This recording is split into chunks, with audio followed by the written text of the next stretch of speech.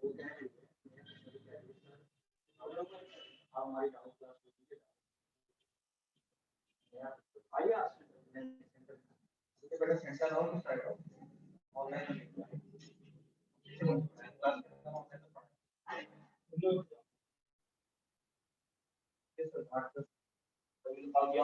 morning, sir.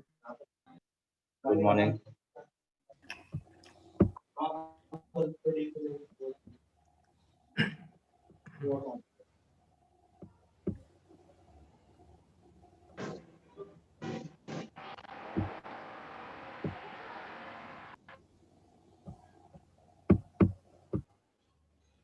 Good morning, sir.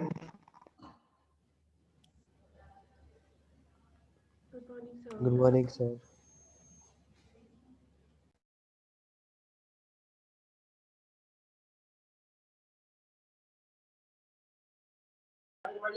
Good morning.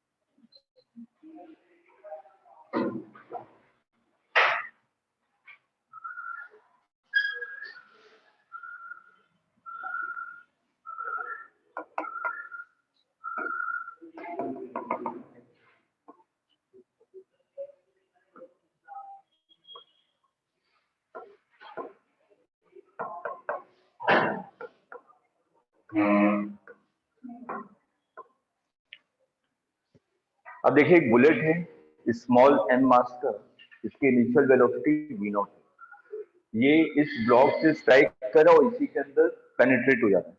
तो आपको यहाँ पे बताना है amplitude of the SHL, find amplitude.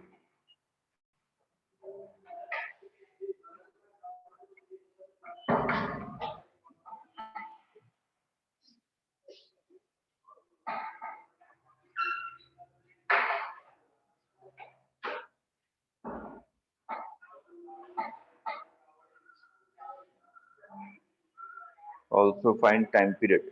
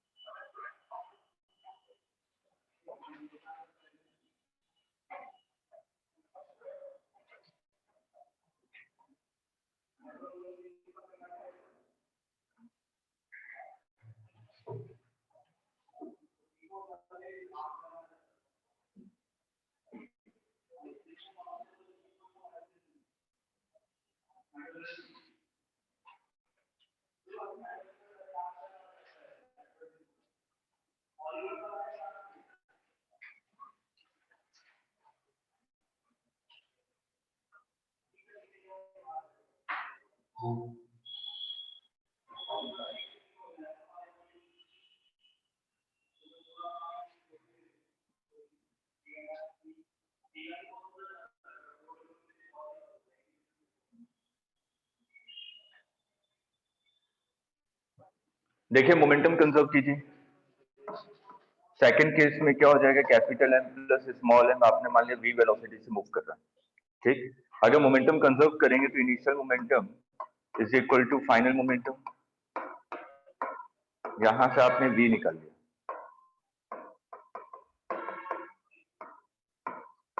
ये हम लोग पहले भी कर चुके हैं मोमेंटम कंजर्वेशन, ठीक।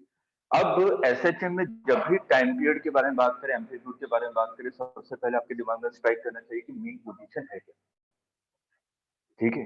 फिर वहां से एनालिसिस स्टार्ट कीजिए। मीन पोजीशन का मतलब वो पोजीशन जहां पे नेट फोर्स 0 हो, ठीक।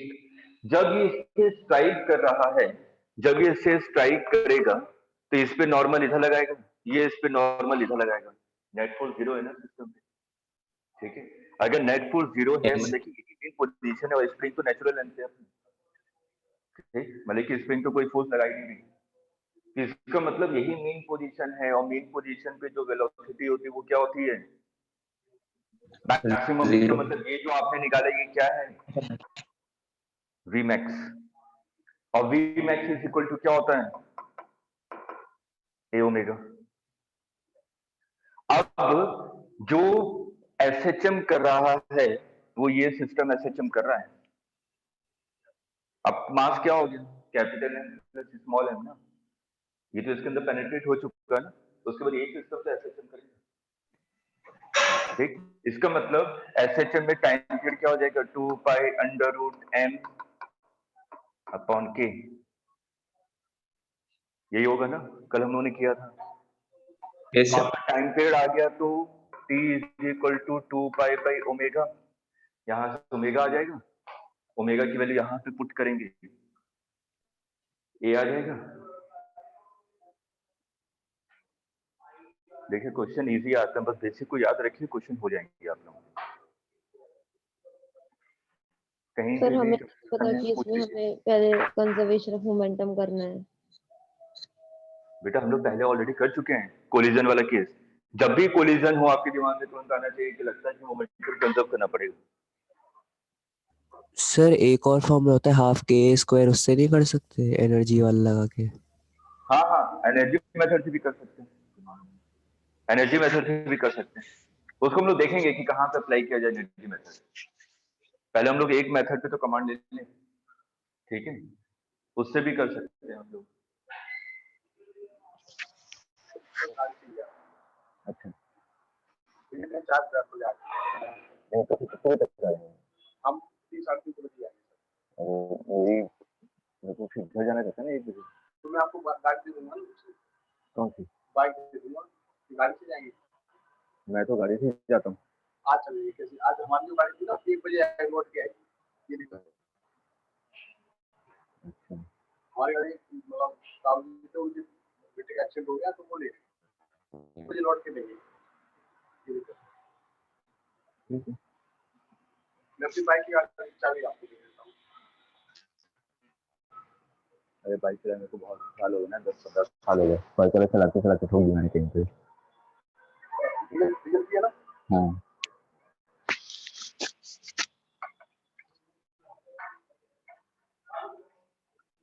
ये कॉन्सेप्ट क्लियर है? चलिए yes. Next question.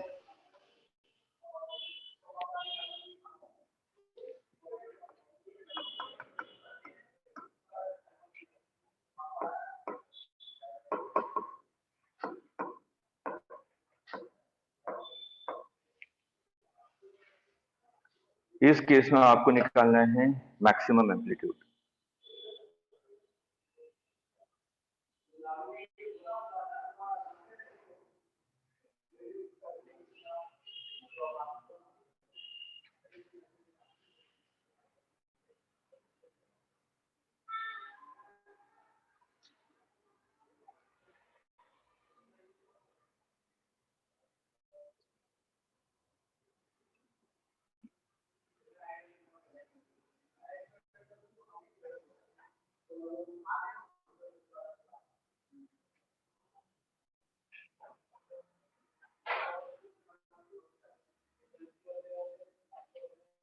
Sir same ही तरीका होगा वही।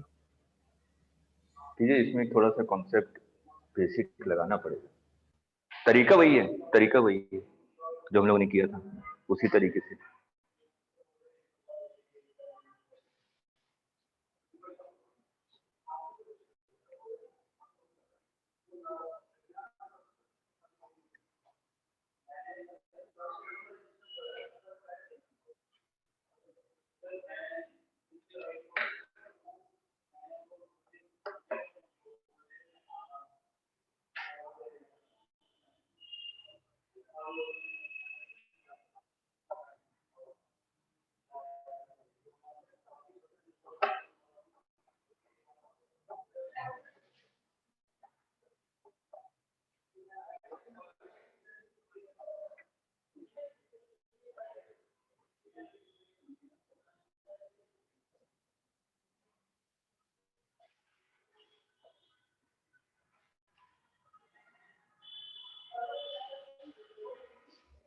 कोलिजन से पहले ये कुछ एक्सटेंडेड पोजीशन पे होगा अपने वेट के कारण। ठीक है, कितना होगा? mg अपॉन के, इधर नीचे फोर्स कितना लग रहा होगा mg, और ऊपर फोर्स कितना लग रहा होगा kx। ठीक है, तो आपने कहा कि अपने नेचुरल लेंथ से कितना नीचे है mg अपॉन के, तो ये अभी इसकी मीन पोजीशन है शुरुआत में। ठीक है, जब कोलिजन हो गया तो सिस्टम आपका ऐसा हो गया,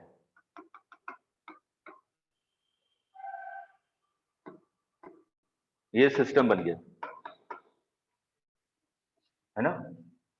अभी वेलोसिटी के बारे में बात नहीं कर रहे, हमारा ये सिस्टम बन चुका है। ठीक, अगर ये सिस्टम बन गया, नेचुरल लेंथ ये थी, ये मेन पोजीशन होगा क्या? ये मेन पोजीशन चेंज हो चुका होगा, चेंज हो जाएगा ना, क्योंकि वेट इंक्रीज हो गया। वेट इंक्रीज हो गया, इसका मतलब जो न्यू मेन पोजीशन होगा वो ये होगा। तो ये डिस्टेंस कितनी हो जाएगी? इतना इंक्रीज होगा ना, पहले से तो ये था ही।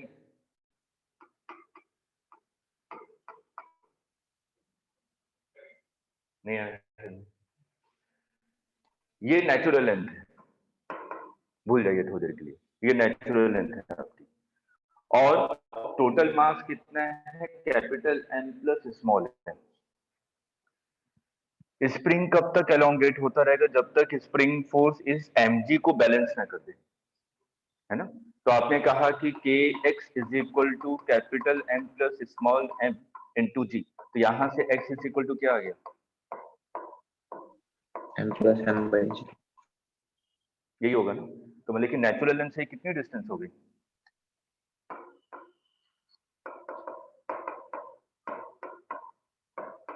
अब क्लियर है? ठीक है, कि नेचुरल लेंथ से यहां तक आएगा, इसी पोजीशन पे तो नेट फोर्स जीरो हो रहा है। इसमें सिर्फ दो ही फोर्सेस लग रहे हैं, एक तो स्प्रिंग फोर्स और एक आपका ग्रेविटी है।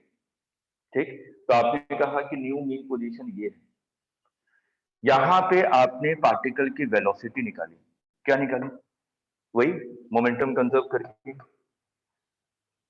m v naught divided by m plus small M. ये आएगा ना? नहीं आ रहा सही? क्लियर है? यहां तक लिखिए, पहले यहां तक नोट कीजिए।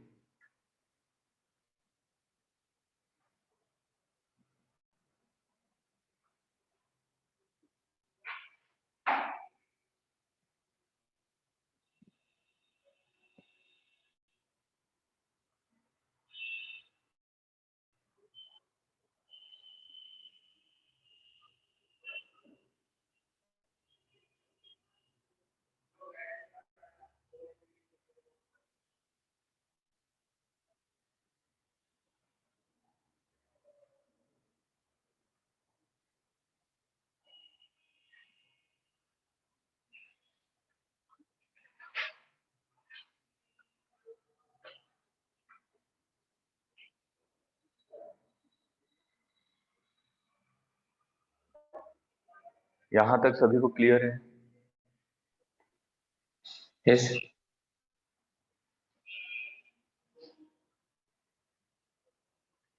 एक पार्टिकल आपका एसएचएम कर रहा है, ये मीन पोजीशन है, ये एक्सट्रीम पोजीशन है।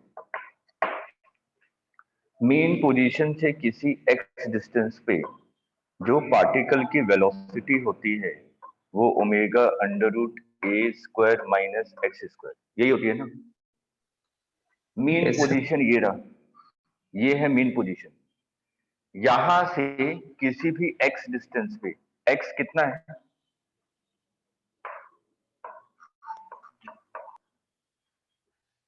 यही है ना, माइनस कर दीजिए, ये टोटल डिस्टेंस, इसमें से ये डिस्टेंस माइनस कर दीजिए, ये वाली डिस्टेंस आ जाएगी। तो आपने कहा कि मीन पोजीशन से एक्स डिस्टेंस पे पार्टिकल की वेलोसिटी निकाल ली हम लोगों ने, जो भी निकाला है, ठीक। तो उसको किसके इक्वल रख देंगे? अब यहां से एम्पलीट्यूड आएगा, नहीं आया समझ में?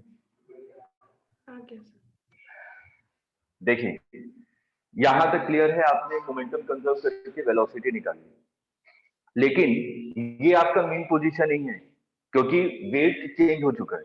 वेट चेंज हो चुका है तो मीन पोजीशन क्या होगी कि के एक्स इसको बैलेंस करो, इस वेट को बैलेंस करो। तो आपने नेचुरल लेंथ से निकाला कि कितनी एक्स होनी चाहिए, ये निकाला, ठीक। इन दोनों को सब्ट्रैक्ट किया तो आपको ये डिस्टेंस नजर आ जाएगी कि ये डिस्टेंस है कितनी। इसको एसएचएम में कंपेयर कीजिए, मीन पोजीशन ये रहा, यहां से एक्स डिस्टेंस पे आपको पार्टिकल की वेलोसिटी पता है, मीन पोजीशन से एक्स डिस्टेंस पे पार्टिकल की वेलोसिटी ये होती है, और ये किसके इक्वल है जो आपने निकाला है? और एक्स की वैल्यू क्या है? mc/k। अब आया समझ में? Yes.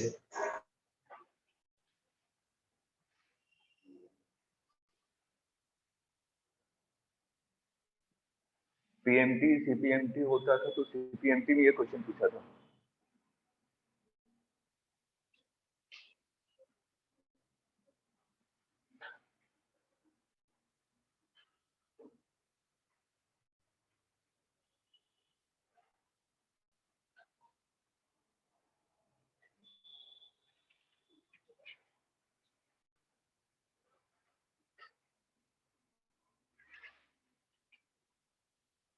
कहीं पे भी कंफ्यूजन है पूछ लीजिए।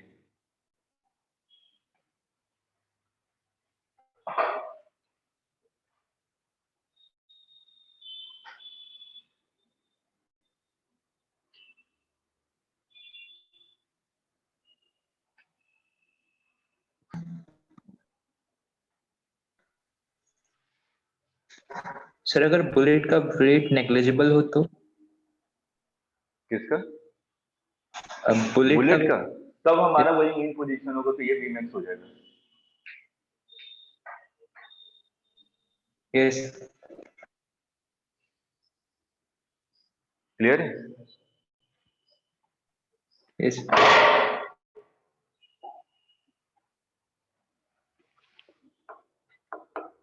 इजी इजी क्वेश्चन पे आ जाएं क्या?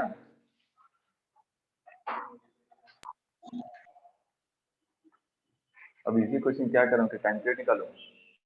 नहीं सर, सिर्फ कॉन्सेप्ट क्लियर हो रहे हैं, ठीक है ये। चलिए देखिए एक और क्वेश्चन, ये एम मास है, ठीक। जैसे ही आपने एम मास रखा होगा, नेचुरल लेंथ तो ये रही होगी स्प्रिंग की, ठीक। आपने एम मास रखा तो ये कंप्रेस हो गया होगा ना। यस।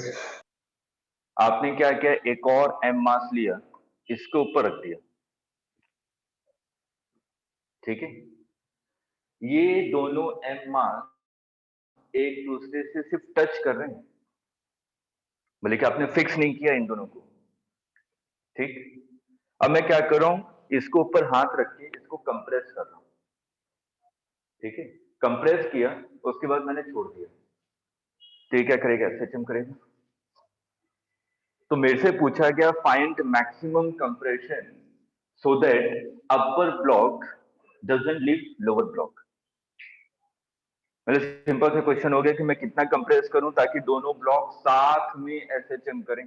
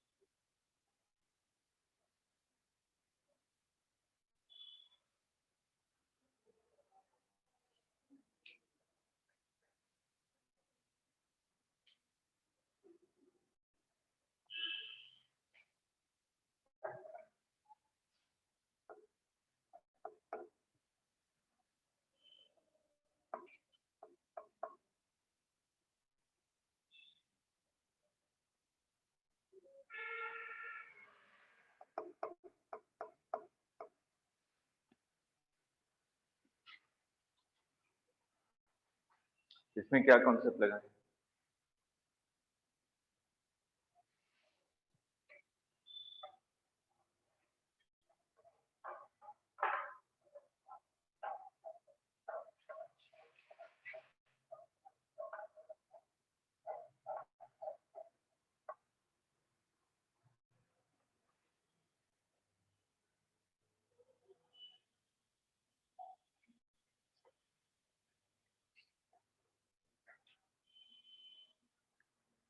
सिस्टम लग रहा है कुछ नहीं पढ़ा है ना, कोई जवाब भी नहीं आ रहा किसी का।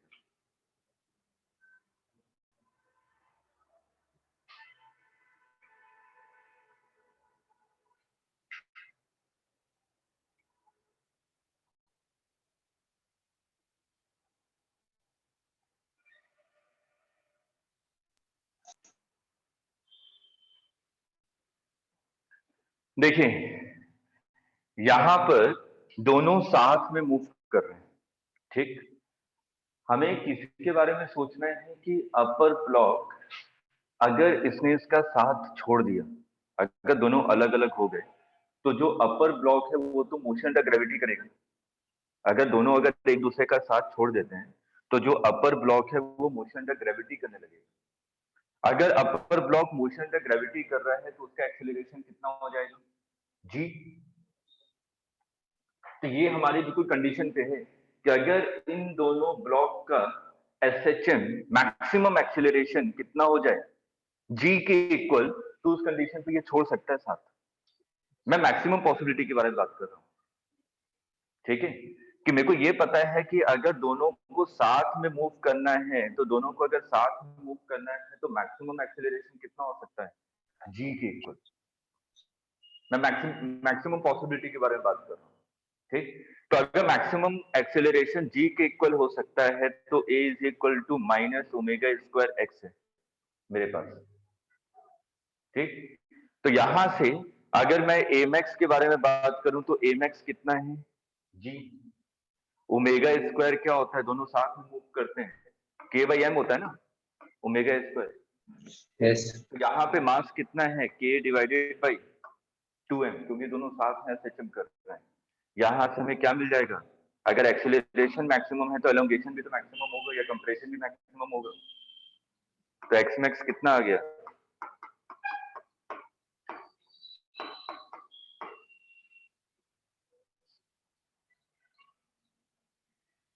नहीं आया।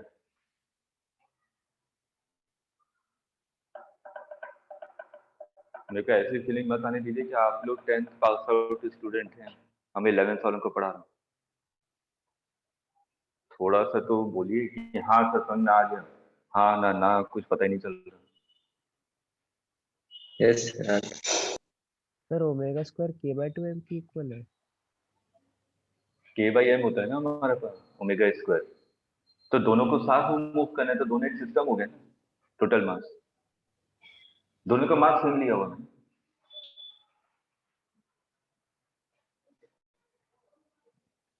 एक और मेथड है समझाने का, ठीक है, वो उससे समझाऊंगा तो मेरे को पता है कई लोग धराशायी हो जाएंगे। वो लेंदी मेथड है, एक एक पॉइंट को समझाऊंगा कि इस पोजीशन पे क्या हो रहा है, इस पोजीशन पे क्या हो रहा है, फिर आप लोगों ने ऐसा क्वेश्चन करना ही नहीं है।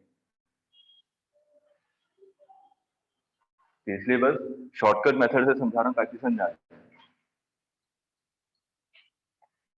लॉजिकली सोचिए कि अगर दोनों का साथ छूटा तो ये तो मोशन टू ग्रेविटी करेगा, क्योंकि ये वाला ब्लॉक तो नीचे स्प्रिंग से लगा हुआ है, ये मोशन टू ग्रेविटी नहीं कर सकता। ठीक, तो अगर साथ छूटेगा तो ये आपका जी एक्सीलरेशन से मूव करेगा। इसका मतलब मैक्सिमम एक्सीलरेशन दोनों कंबाइंड सिस्टम का कितना हो सकता है जी। मेरे को उस पॉसिबिलिटी के बारे में बात करना है कि जी के इक्वल हो जाए, तो उसके बाद तो साथ छूट जाएगा। नहीं आया? आ गया सर। आ गया सर। चलिए, इसके बाद मैं सिंपल क्वेश्चन करवा रहा हूँ।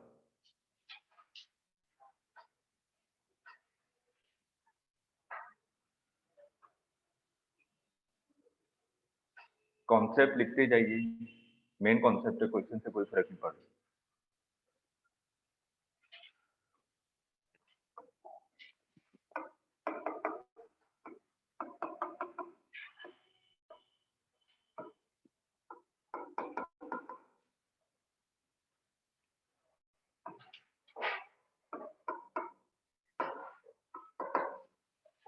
Find time period.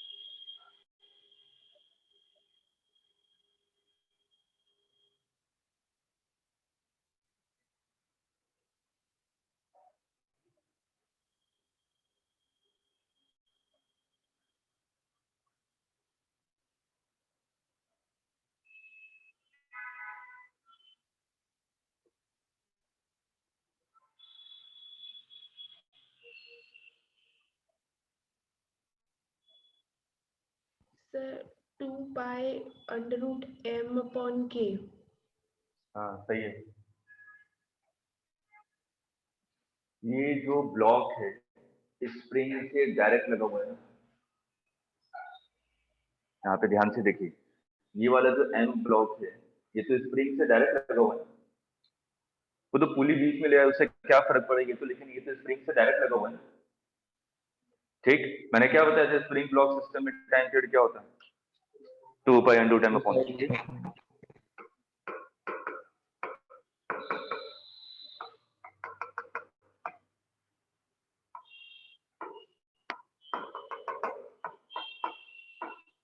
इसका टाइम पीरियड।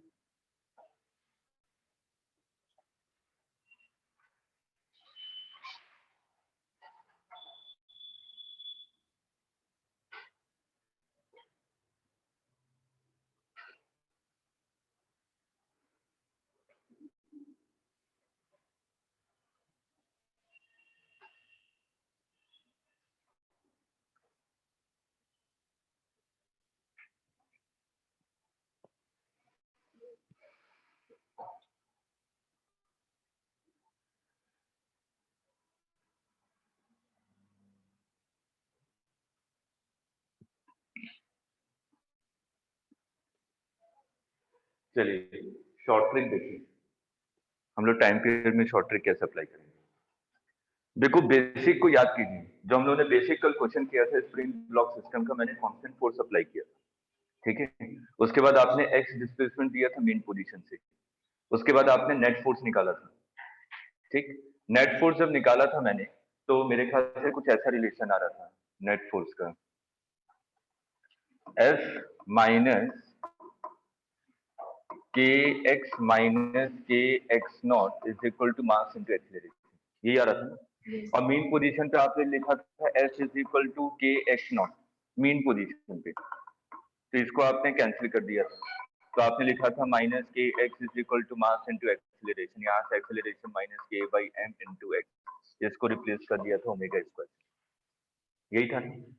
अब यहाँ पर देखिए, ये जो आपने नेट फोर्स लिखा है मीन पोजीशन से स्मॉल डिस्प्लेसमेंट देने के बाद, तो यहाँ पर जो मीन पोजीशन वाला है ये फोर्स तो कैंसिल हो गया, जो मीन पोजीशन पे फोर्स लिखा था आपने। इसका मतलब अगर मैंने एक्स डिस्प्लेसमेंट दिया तो ये एक्स्ट्रा फोर्स प्रोड्यूस हो रहा है, जो कि इसको वापस उसी पोजीशन पे ले जाएगा। देखिए ये था डायग्राम,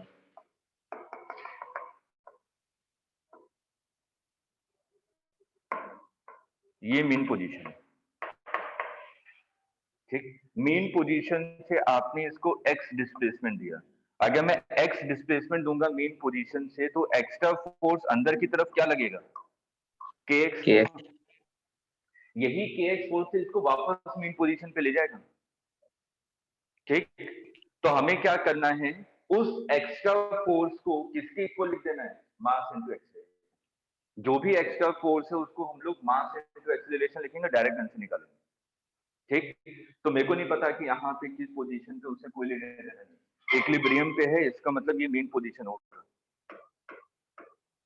ये मेन पोजीशन है क्योंकि सिस्टम इक्विलिब्रियम पे, ठीक। एसएचएम कौन करता है, स्प्रिंग करता है कि ब्लॉक करता है,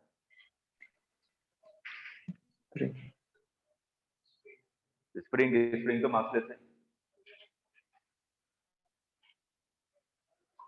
सब कॉन्सेप्ट क्लियर होना, स्प्रिंग तो मासलेस है।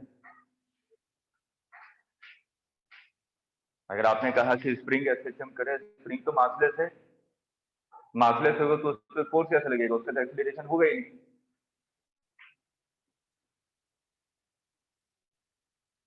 अगर आप लोगों का शक्लें सही बनी होंगी तो एक स्प्रिंग भी ले लूंगा जिसमें मास होगा,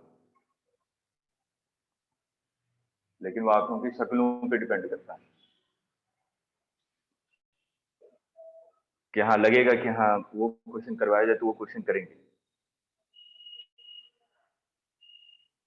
ये तो क्लियर हुआ कि यहाँ पे एसएचएम कौन कर रहा है, मास कर रहा है, क्योंकि अभी हम लोग जो भी फोर्स लिख रहे हैं किस पे लिख रहे हैं, कि एक्स किस पे फोर्स लग रहा है, मास पे लग रहा है, स्प्रिंग पे नहीं लग रहा। हम लोग तो शुरुआत से पढ़ते आ रहे हैं कि स्प्रिंग हमारा मासलेस है, ठीक है। मैंने सिंगल स्प्रिंग की एनालिसिस की है क्या किसी भी क्वेश्चन में, मैकेनिक्स में भी सिंगल स्प्रिंग तो लगाया नहीं था मैंने कि मैं इसको एलोंगेट कर दूं छोड़ दूं, सिंगल स्प्रिंग एसएचएम नहीं कर रहा क्योंकि वो मासलेस है, मासलेस है तो कहां से मूव करेगा, उसके साथ हमेशा ब्लॉक लगाया मैंने, तो हमेशा चीज ध्यान में रखिएगा, यहाँ पे एसएचएम कौन कर रहा है, ब्लॉक कर रहा है, और उसको करवा कौन रहा है, स्प्रिंग करवा रहा है, स्प्रिंग एसएचएम नहीं कर रहा, ठीक। अब हमें सिंपल किसी भी क्वेश्चन में ये देखना है कि अगर मैंने ब्लॉक को स्मॉल डिस्प्लेसमेंट दिया, अगर मैंने ब्लॉक को स्मॉल डिस्प्लेसमेंट दिया तो ब्लॉक पर एक्स्ट्रा फोर्स क्या लगेगा वो निकालना है, बस क्वेश्चन सॉल्व हो गया कि ब्लॉक को मैं स्मॉल डिस्प्लेसमेंट दूंगा, उस स्मॉल डिस्प्लेसमेंट देने के बाद ब्लॉक पे एक्स्ट्रा फोर्स क्या लग रहा है जो कि उसको एसएचएम करवाएगा, वो फोर्स की वैल्यू निकालनी है। यहां पे ध्यान से देखिए, ये ऐसा सिस्टम हम लोगों ने एक कॉन्सेप्ट पढ़ा था पॉइंट मेथड, मैंने बोला था पुली कांस्टेंट, याद आ रहा है, हमने बोला था इसका मेन कॉन्सेप्ट यूज होगा जब हमें टाइम पीरियड निकालना पड़ेगा। अब यहाँ पे उसको यूज करेंगे कि अगर ये तो देखिए क्योंकि पुली है, ब्लॉक भी है, स्प्रिंग भी है, ऐसा है, उसको छोड़ दीजिए स्प्रिंग को। मैंने क्या बताया था कि स्प्रिंग अगर इक्विलिब्रियम पोजीशन पे है तो इसको मैं किससे रिप्लेस कर सकता हूँ, स्प्रिंग से, ठीक है। तो ये सिस्टम कुछ ऐसा हो गया, ये ऐसा सिस्टम,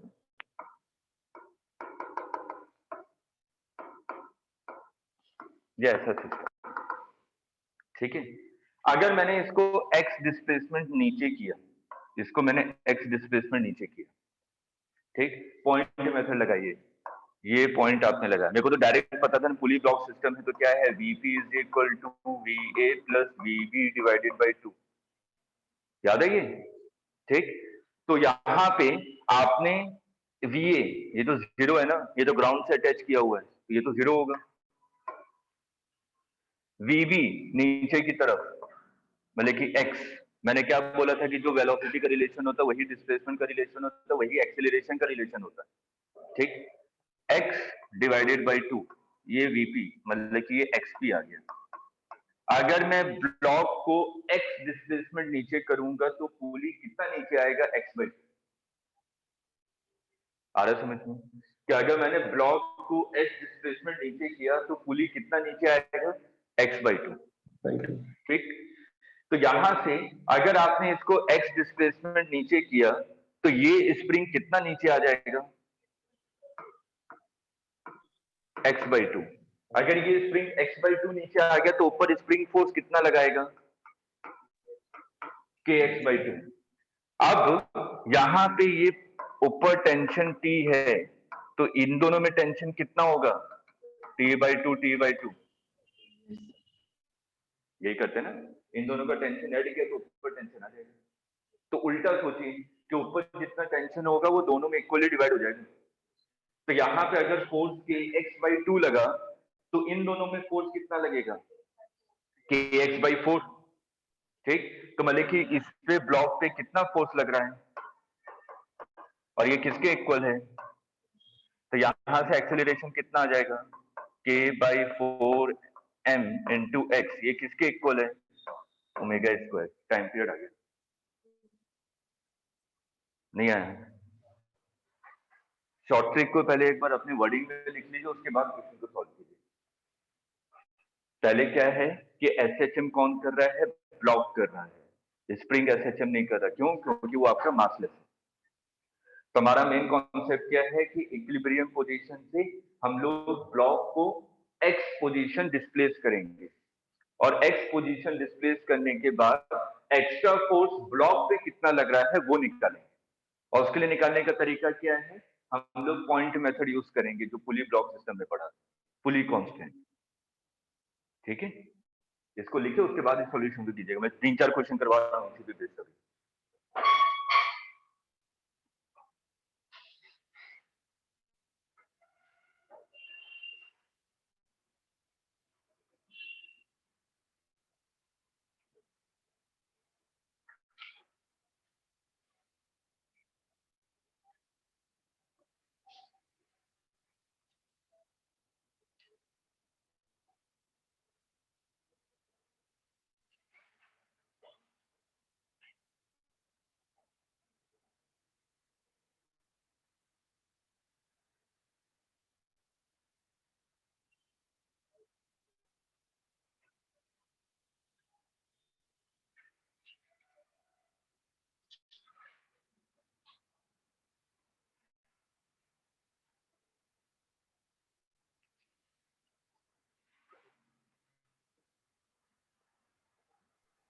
लिखे तो जाइए सबको कर लीजिए।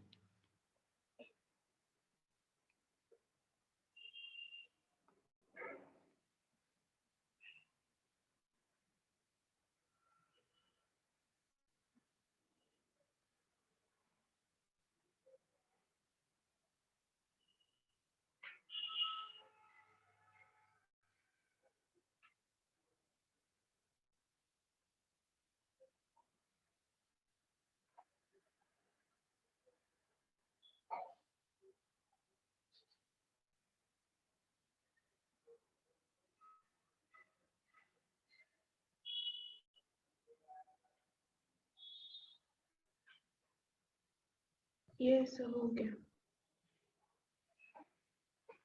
हो गया सबका, यस सर। एक और क्वेश्चन,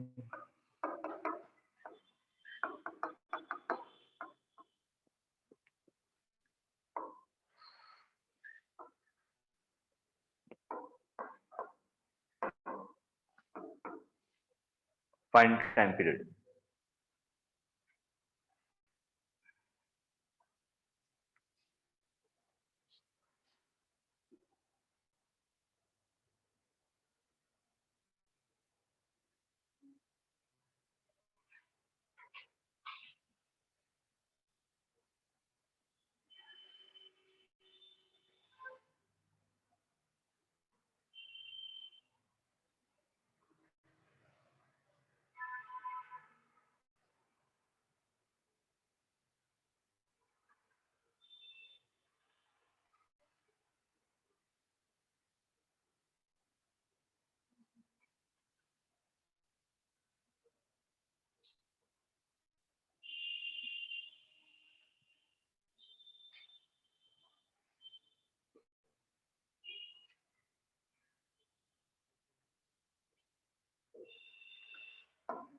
इसको मैं x नीचे लेकर आ रहा हूं, तो ये ब्लॉक यहाँ पे आ जाएगा। ठीक, अगर मैं इसको x नीचे लेकर आऊं तो पुली भी तो नीचे आ जाएगा। पुली भी कितना नीचे आ गया, क्योंकि ब्लॉक डायरेक्ट पुली से अटैच किया हुआ है। अगर मैं इस ब्लॉक को नीचे खींचूंगा तो पुली भी तो नीचे खींचेगा। ठीक, इसका मतलब यहां से कितना नीचे आया, x, यहां से कितना नीचे आया, x, क्योंकि इस साइड में आपका क्या लगा हुआ है, रस्सी। रस्सी अपनी लेंथ को तो इंक्रीज कर नहीं सकता, तो इसका मतलब मजबूरी किसकी हो जाएगी, स्प्रिंग की। वो कितना एलोंगेट होगा, 2x। 2x। आया समझ में? तो ये कितना एलोंगेट हुआ, 2x, तो इसका मतलब इसने कितना स्प्रिंग फोर्स लगाया ऊपर,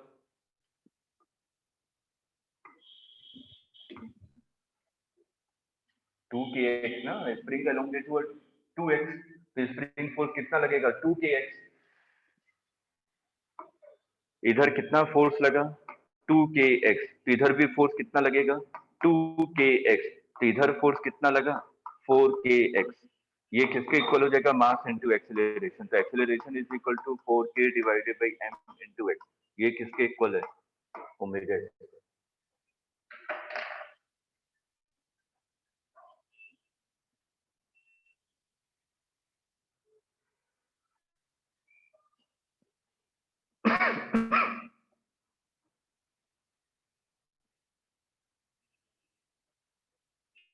क्लियर है? यस।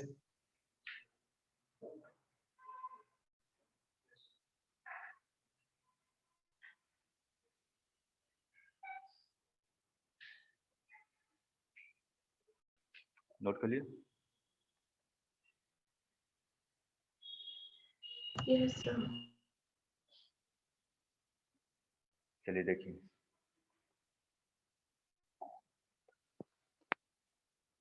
आपने पढ़ा था कि स्प्रिंग अगर सीरीज में,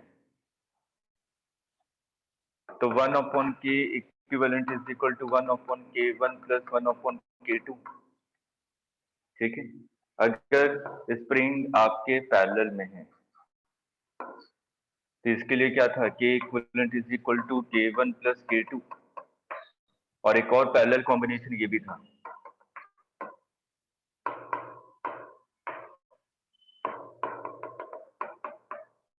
ये भी पैरेलल कॉम्बिनेशन था, तो k equivalent is equal to. तो अगर ऐसे सिस्टम बने हुए, मैंने कहा ये क्वेश्चन है, इसके साथ एक ब्लॉक m रखा हुआ है, ये k1 है, k2 है, इसका टाइम पीरियड निकालना है। तो इसका टाइम पीरियड क्या लिखूंगा, t is equal to 2 pi under root m upon k equivalent. इसके लिए ये ब्लॉक है, ये सिस्टम है, तो इसके लिए टाइम पीरियड क्या लिखूंगा, 2 pi under root m upon k equivalent. और इसके लिए भी वही, बस k इक्विवेलेंट निकालना, फॉर्मूले में पुट कर देना, टाइम पीरियड आ जाएगा।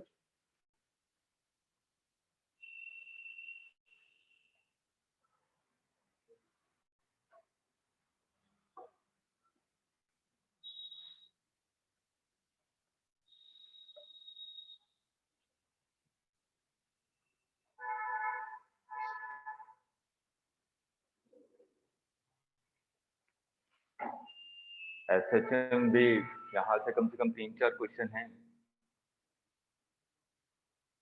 क्वेश्चन सिंपल आएंगे, बहुत टिपिकल नहीं देता क्वेश्चन।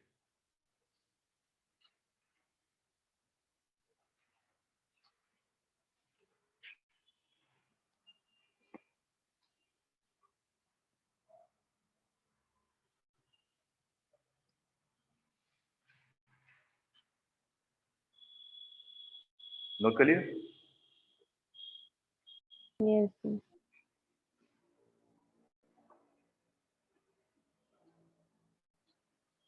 देखिए नेक्स्ट,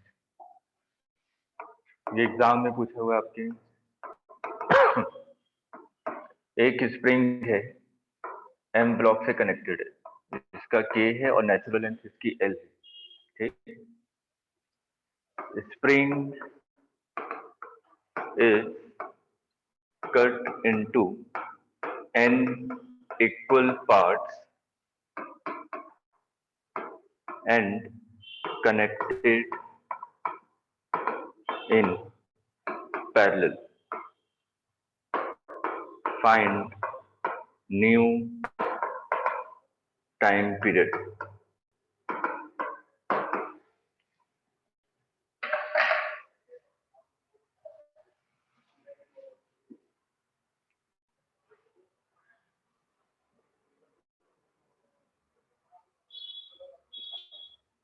कटिंग ऑफ स्प्रिंग बताया था, याद आ रहा है कॉन्सेप्ट? बस उसी को यूज करना है। न्यू के निकालिए, तो उसके बाद हर एक को पैरेलल में कनेक्ट कर दिया, तो के इक्विवेलेंट कितना हो जाएगा, और उसके बाद direct formula T is equal to 2 × 10 upon K equal.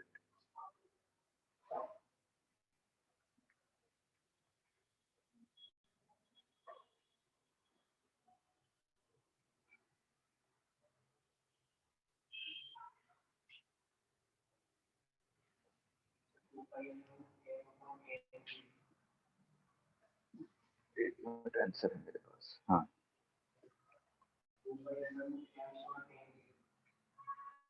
नहीं, थोड़ा सा गड़बड़ हो देखिए कहाँ तक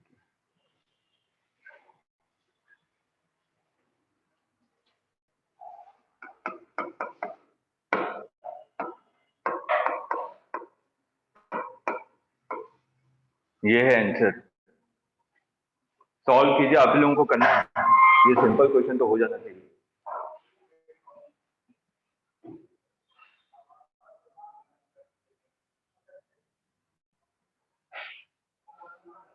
आप लोगों को क्या बताया था कि अगर स्प्रिंग को मैं कट करता हूं तो क्या चीज कांस्टेंट होती है, के इंटू एल, ठीक है। तो आपने क्या कहा, K into L is equal to K 1 into L upon N. आपने एन इक्वल पार्ट्स में डिवाइड किया है ना, तो एक पार्ट की लेंथ कितनी होगी, एल बाई एन। तो आपने मान लिया उसका के कितना है, के 1 है, तो के 1 इज इक्वल टू कितना आ जाएगा, के 1 इज इक्वल टू एन के। तो के इक्वलेंट कितना हो जाएगा, हमारे ऐसे कितने पैरेलल कॉम्बिनेशन है, एन। तो हमारा के इक्वलेंट क्या होता है, के 1 प्लस के 2 प्लस के 3 प्लस के 4 पैरेलल में अगर हम लोग लगाते हैं, तो यहाँ पे ऐसे कितने कॉम्बिनेशन पैरेलल में लगे हुए हैं, एन लगे हुए हैं। तो सिंपल के इक्वलेंट कितना हो जाएगा, एन के 1 हो जाएगा ना। तो ये कितना आ जाएगा, एन स्क्वायर की वैल्यू पुट कर दीजिए फॉर्मूले में, आंसर आ जाएगा।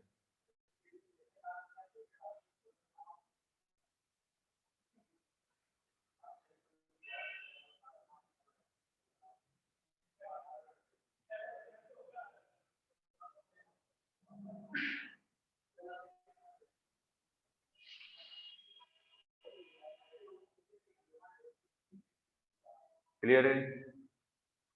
Yes.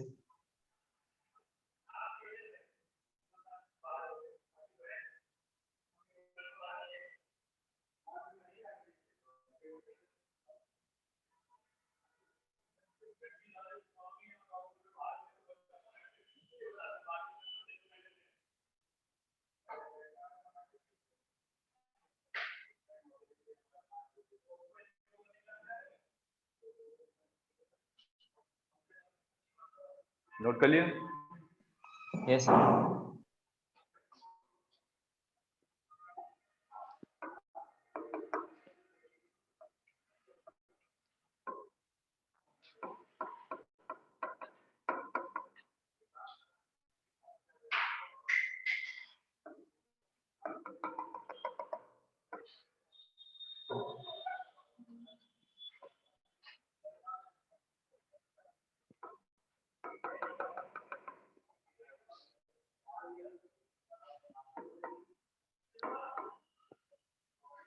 Find time period.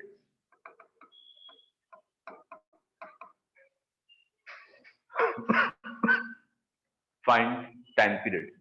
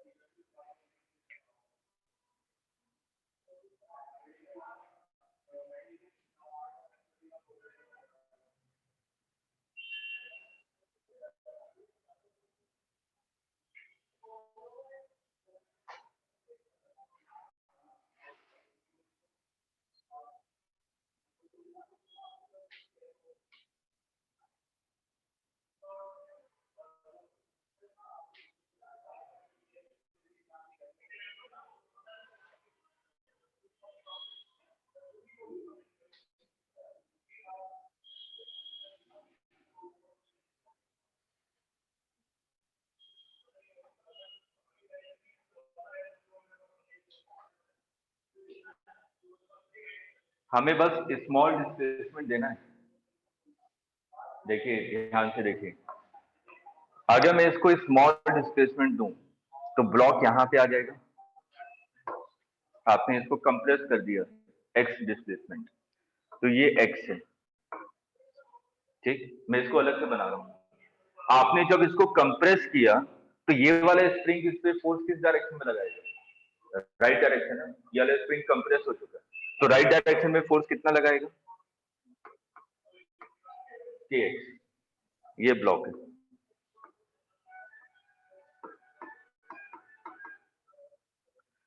अब क्योंकि याद रखिए, क्योंकि हम लोग क्या करते हैं, स्मॉल डिस्प्लेसमेंट देते हैं। अगर मैं स्मॉल डिस्प्लेसमेंट दे रहा हूं, आपने इस डायरेक्शन में स्मॉल डिस्प्लेसमेंट x दिया, लेकिन ये वाली स्प्रिंग तो ऐसे लगी हुई है ना। ठीक, ये x है, तो इसका इस डायरेक्शन में कॉम्पोनेंट कितना हो जाएगा? s cos 45। ये x है, ये x है, तो इसका कॉम्पोनेंट इस डायरेक्शन में कितना हो जाएगा? x cos 45। इसका मतलब ये स्प्रिंग कितना एलोंगेट हुआ? x cos 45, मतलब कि x by रूट 2। अगर ये x by रूट 2 एलोंगेट हुआ है, अगर ये वाला spring x by root 2 elongate हुआ है, तो इसके कारण जो फोर्स लगेगा वो कितना लगेगा? k x by root 2 yes, इस डायरेक्शन में। लेकिन अगर ये वाला मास SHM करेगा तो कैसे SHM करेगा? ऐसे करेगा, हॉरिजॉन्टल डायरेक्शन में। तो इसका मतलब मेरे को नेट फोर्स किस डायरेक्शन में चाहिए? हॉरिजॉन्टल डायरेक्शन में।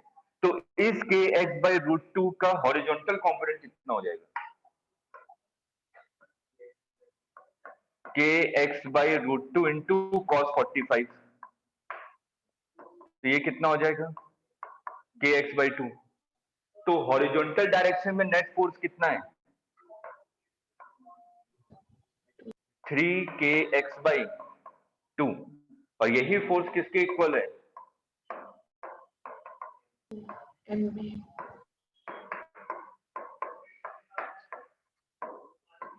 ये क्या है? Omega square. नहीं आया सर आ आगे गया? yes, सर ये MA के इक्वल कैसे हुआ? Force is equal to mass into acceleration होता है net Newton second law. Clear है? yes, yes sir. हम लोग हर एक क्वेश्चन में बेसिक कॉन्सेप्ट को याद रखिए कि हमें बेसिक कॉन्सेप्ट क्या है कि हमें नेट फोर्स निकालना है और उसको मास इनटू एक्सीलरेशन के इक्वल कर देना, बस स्मॉल डिस्प्लेसमेंट देने के बाद। ठीक है, और उसको ओमेगा स्क्वायर एक्स से कंपेयर कर देंगे।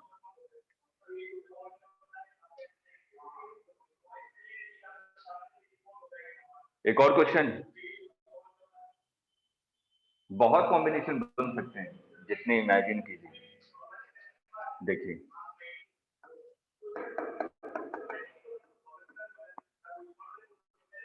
क्वेश्चन को देख के घबराइए मत, क्वेश्चन इजी है अगर आपको बेसिक क्लियर है कि मेरे को करना क्या है।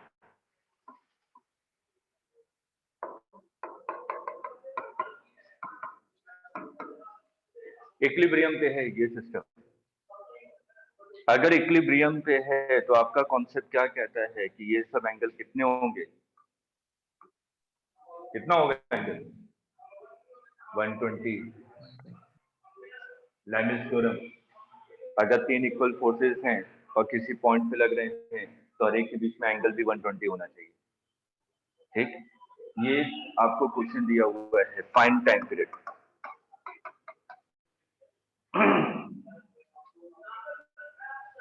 इसको एक्स डिस्प्लेस कर दीजिए, जहां आपका मन करे नीचे कर दीजिए एक्स डिस्प्लेस। फिर देखिए ये स्प्रिंग कितना एलोंगेट हुआ, ये स्प्रिंग कितना एलोंगेट हुआ, इस पे कितना फोर्स लगा, इस पे कितना फोर्स लगा, तो नेट फोर्स इस डायरेक्शन में कितना लगा।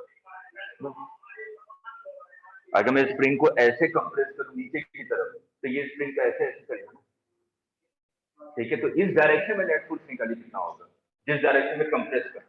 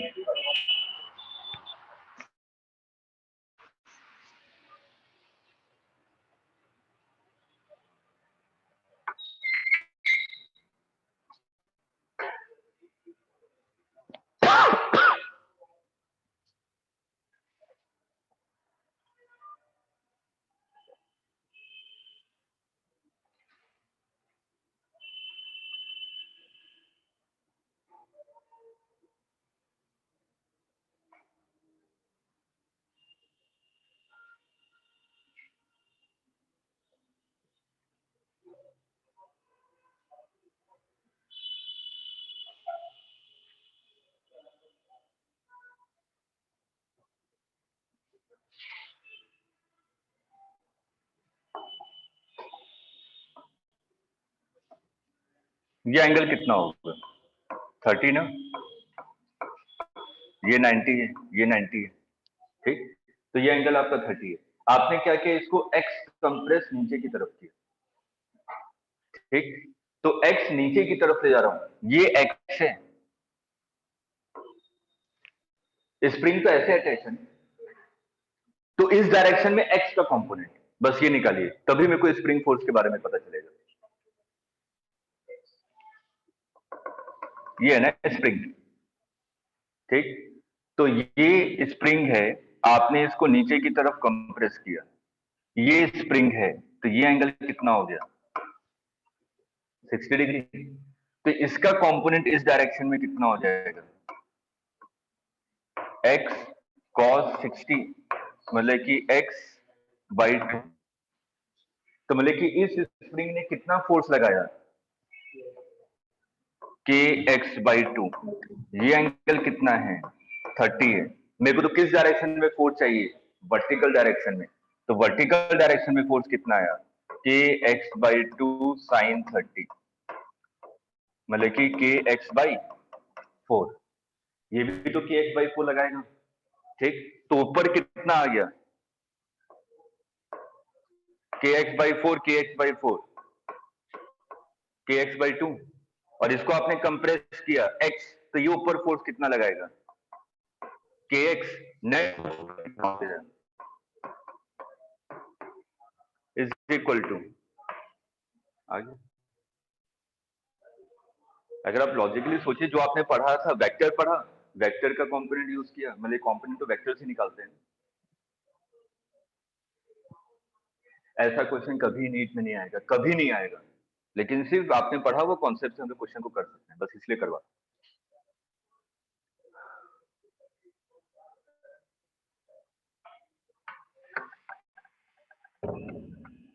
इसलिए कभी मत सोचिए कि ऐसा नहीं पढ़ा था, आज पढ़ा तो आज भी नहीं आया। अरे ऐसा क्वेश्चन नहीं आया, ठीक है ना। कॉन्सेप्ट के क्वेश्चन की प्रैक्टिस करेंगे तभी कॉन्सेप्ट क्लियर होता है। अब बच्चों वाले क्वेश्चन करते रहेंगे तो उसको कॉन्सेप्ट क्लियर थोड़ी ना कहते हैं।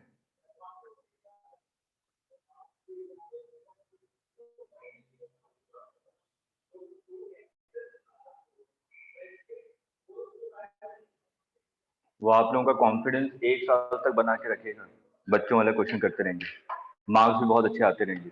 फिजिक्स में 180 में से 170, 172, 160, और एग्जाम में बैठे 2 क्वेश्चन ट्विस्ट कर दिया, बस सीधे 170 से 70 पे पहुंच जाएंगे।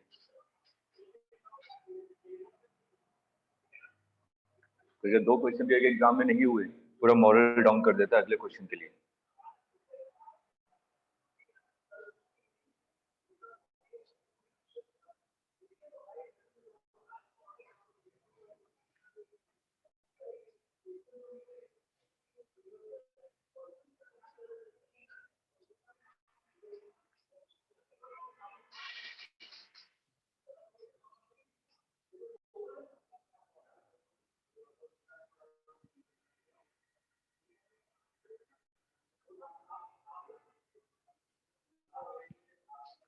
नोट कर लिया?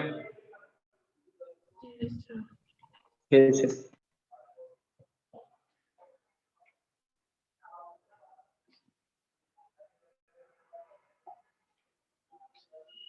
एक और क्वेश्चन,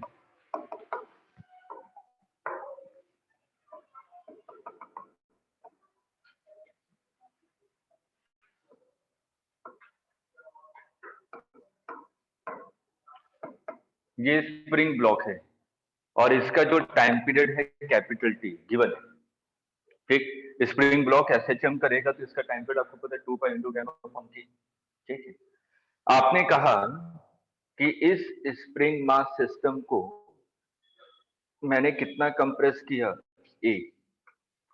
मैं जितना कंप्रेस करूं, लॉजिकली सोचिए मीन पोजीशन है, मैंने कहा कि इसको मैंने 2 सेंटीमीटर कंप्रेस किया, कि इसका एम्पलीट्यूड 2 सेंटीमीटर हो गया ना, कंप्रेस करके छोड़ूंगा तो ये ऐसे ही तो करेगा। तो मतलब कि मैं जितना कंप्रेस कर रहा हूं वही उसका एम्पलीट्यूड है, ठीक। तो मैंने इसको ए कंप्रेस किया, इसका मतलब ए क्या है, इसका एम्पलीट्यूड।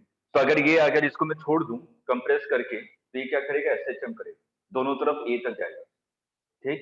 आपने क्या किया, ये दोनों तरफ ए तक जा रहा था और इसका टाइम पीरियड कितना था, कैपिटल टी। आपने यहाँ पे एक वॉल लगा दिया और इसका कोफिशिएंट ऑफ सब्स्टिट्यूशन कितना है, 1। मतलब कि ये इससे टकराएगा तो क्या होगा, इलास्टिक होगा। और ये कितने डिस्टेंस पे लगा दिया, a/2। आ रहा है समझ में? Yes. तो ये जो मोशन होगा ये एसएचएम होगा कि पीरियोडिक होगा?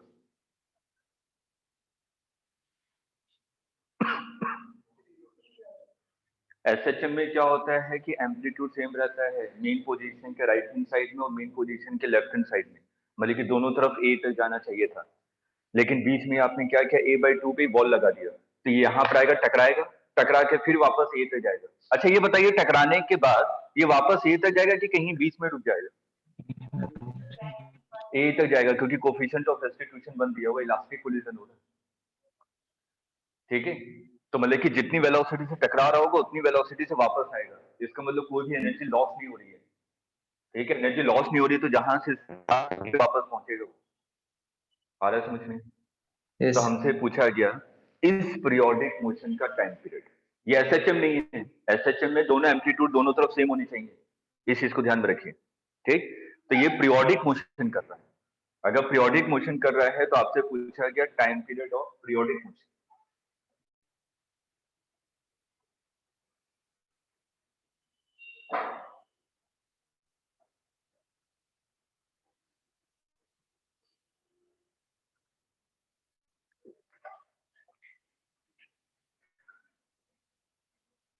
इसको ट्राई करेंगे कि बता दूं?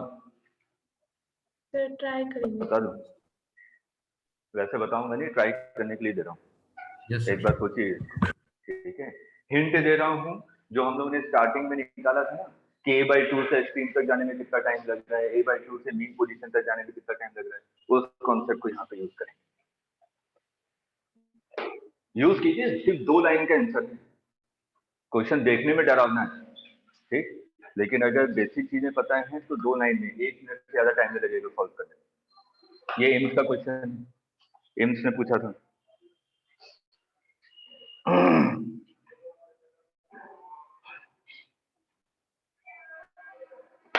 अभी हम लोग टाइम पीरियड में 2-4 क्वेश्चन और करेंगे। अभी तो आपने सिंपल देखा, ब्लॉक लगा के रखा हुआ है, यहाँ पे हम लोग क्या करेंगे, स्फीयर लगा देंगे। ठीक है, बस उस कॉन्सेप्ट को मेरे को एक मेथड और बताना है, एनर्जी मेथड। ठीक है, एनर्जी मेथड पे 1-2 क्वेश्चन।